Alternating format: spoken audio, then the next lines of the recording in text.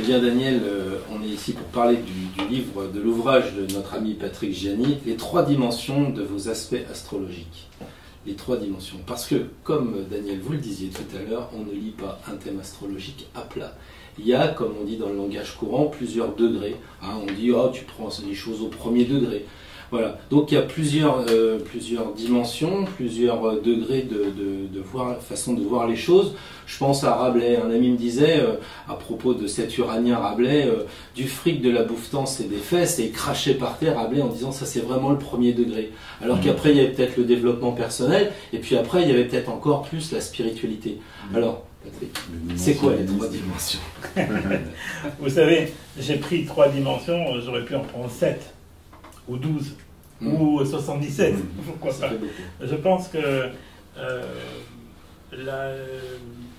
l'intérêt de mettre plusieurs niveaux d'interprétation par rapport à un aspect, ça peut lui donner une compréhension beaucoup plus large qu'en se fiant à certaines interprétations qu'on peut trouver dans n'importe quel livre d'astrologie. Vous savez, les fiches cuisine.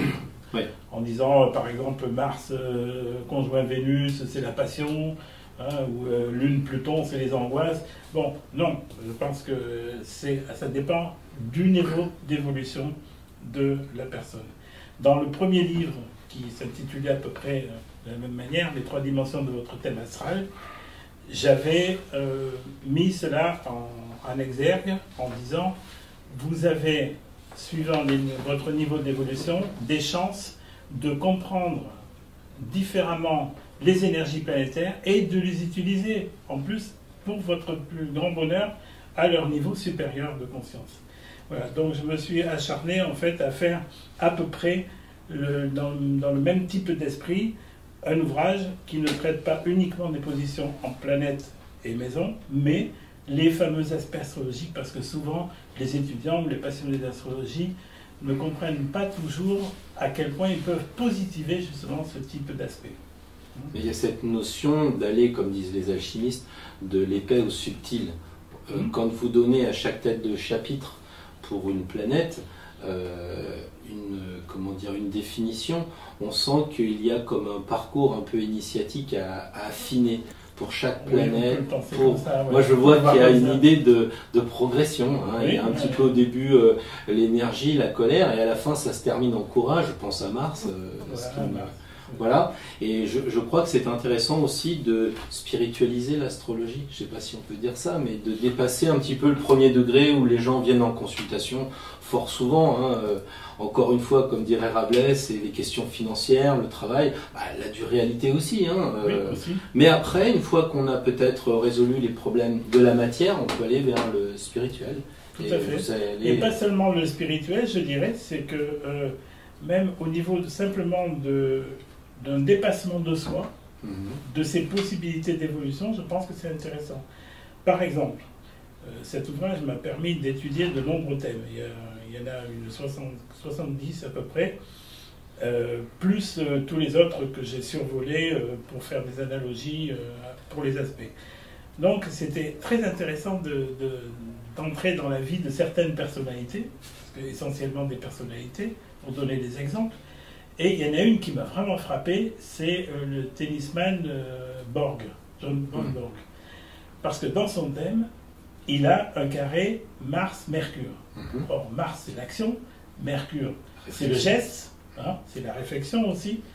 Carré Mars-Mercure, généralement, on ne fait pas ce qu'on a dit, on ne dit pas ce qu'on a fait. Hein. Donc, souvent, les gens ont des problèmes de langage, d'expression, de communication. Bon, on ne peut pas dire que Borg était quelqu'un qui parlait beaucoup, mais par contre, sur le terrain, une vitesse de balle phénoménale, qui est entrée dans la légende. Il visait extrêmement vite, rapide, c'était incisif. Voilà. Donc je me suis dit, lui, il a vraiment positivé, parce que c'est pas facile. Et donc, dépassement de soi, pas forcément dans le sens spirituel quelquefois, mais au point de vue de l'évolution de l'être, ce qu'il a à dépasser, il peut le dépasser avec un aspect aussi difficile, aussi dissonant que celui-là. Voilà. Pour moi, c'est... Moi, je dirais un petit peu pour te contredire que c'est forcément spirituel. Dans le sens où, notamment le carré, nous renvoie à la croix, qui est cette confrontation entre le plan horizontal de l'incarnation, ce que je fais, et ce que je pense, le vertical. Et dans la mesure où on a réussi à transcender le carré, c'est qu'on a accédé à la perfection spirituelle, pour l'appeler ainsi, c'est-à-dire cette maîtrise pour Borg.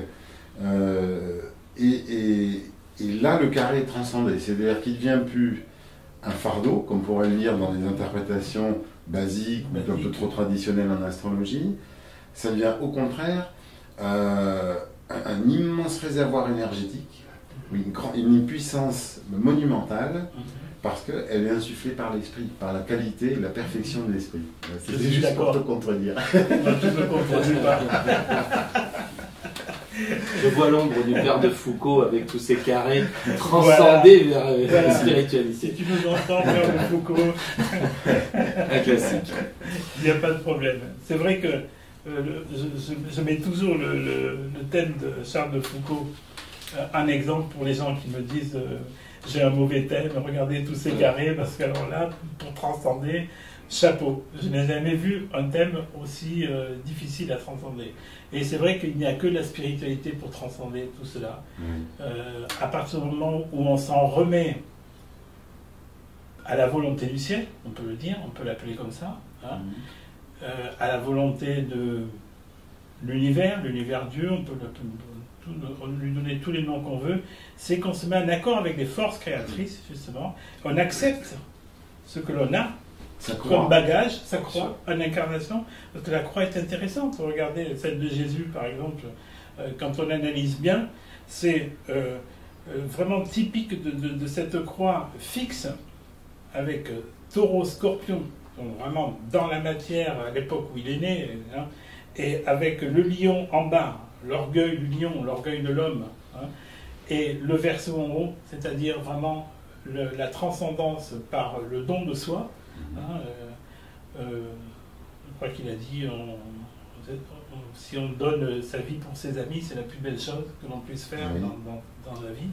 Eh bien, on a vraiment cette représentation de cette croix qui est merveilleuse parce que on accepte la réalité de l'incarnation, on la transcende, cette croix, grâce à la croix verticale. C'est la verticalité, quoi. On est obligé d'aller toujours dans le sens de la verticalité pour progresser.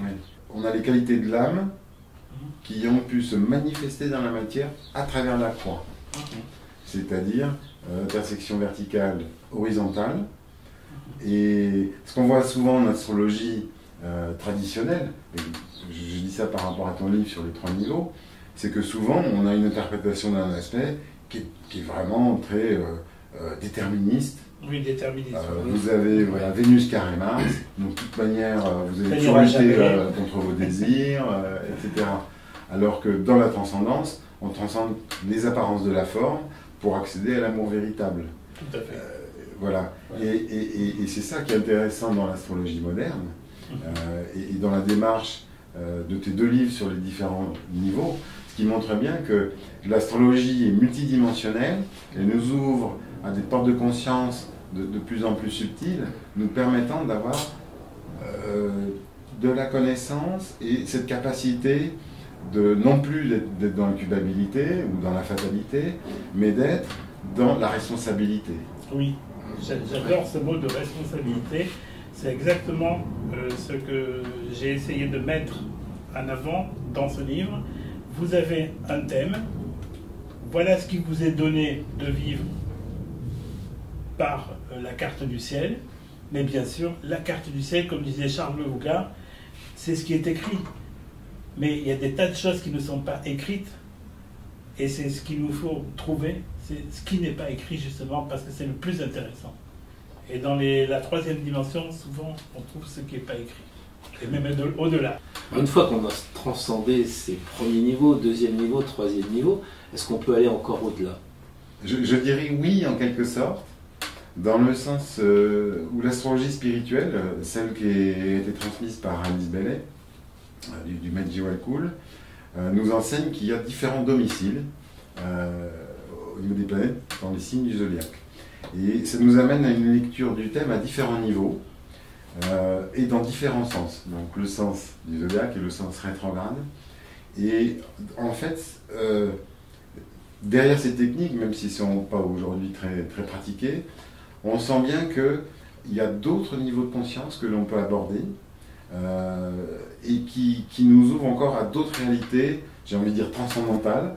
C'est-à-dire que on va dire il y aura peut-être 3 niveaux apparents, mais après on va avoir d'autres niveaux qui vont peut-être concerner l'âme, des choses extrêmement plus subtiles, mais aussi beaucoup plus archétypales et fondamentales dans la connaissance de soi, la connaissance de l'âme.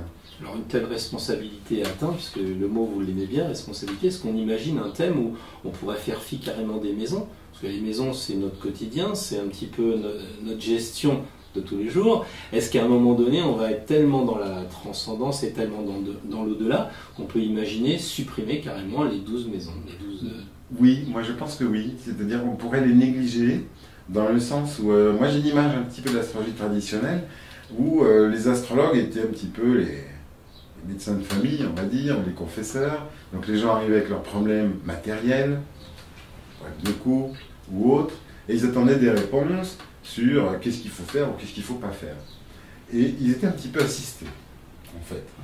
Alors que dans l'ère du Verseau qui s'annonce, on voit de plus en plus les gens prennent leur vie en main dans un sens de responsabilité, de connaissance, et à la limite, je pense que les astrologues de demain n'auront plus tellement de conseils matériels à donner.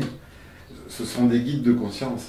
C'est-à-dire qu'ils vont connecter le consultant à sa réalité psychique, psychologique, et le consultant va décider, comme un grand garçon, ou une grande fille, de mener sa vie. Donc, la consultation sera plus basée sur les signes, les aspects, que sur, à proprement dit, les maisons, sachant que on est tous adultes, entre guillemets, donc on est apte à diriger sa vie, et donc les maisons, ça appartient à tout un chacun. J'ai telle ou telle qualité spirituelle, comment je vais la mettre en œuvre? Et ben, je vais utiliser ma créativité, j'ai pas besoin qu'on me dise ce que j'ai à faire, je le trouverai par moi-même vu que je suis un être intelligent. Et je dirais que même à la limite, on peut très bien se passer de l'astrologie. Alors tout va bien, c'était la dernière vidéo, soit plutôt.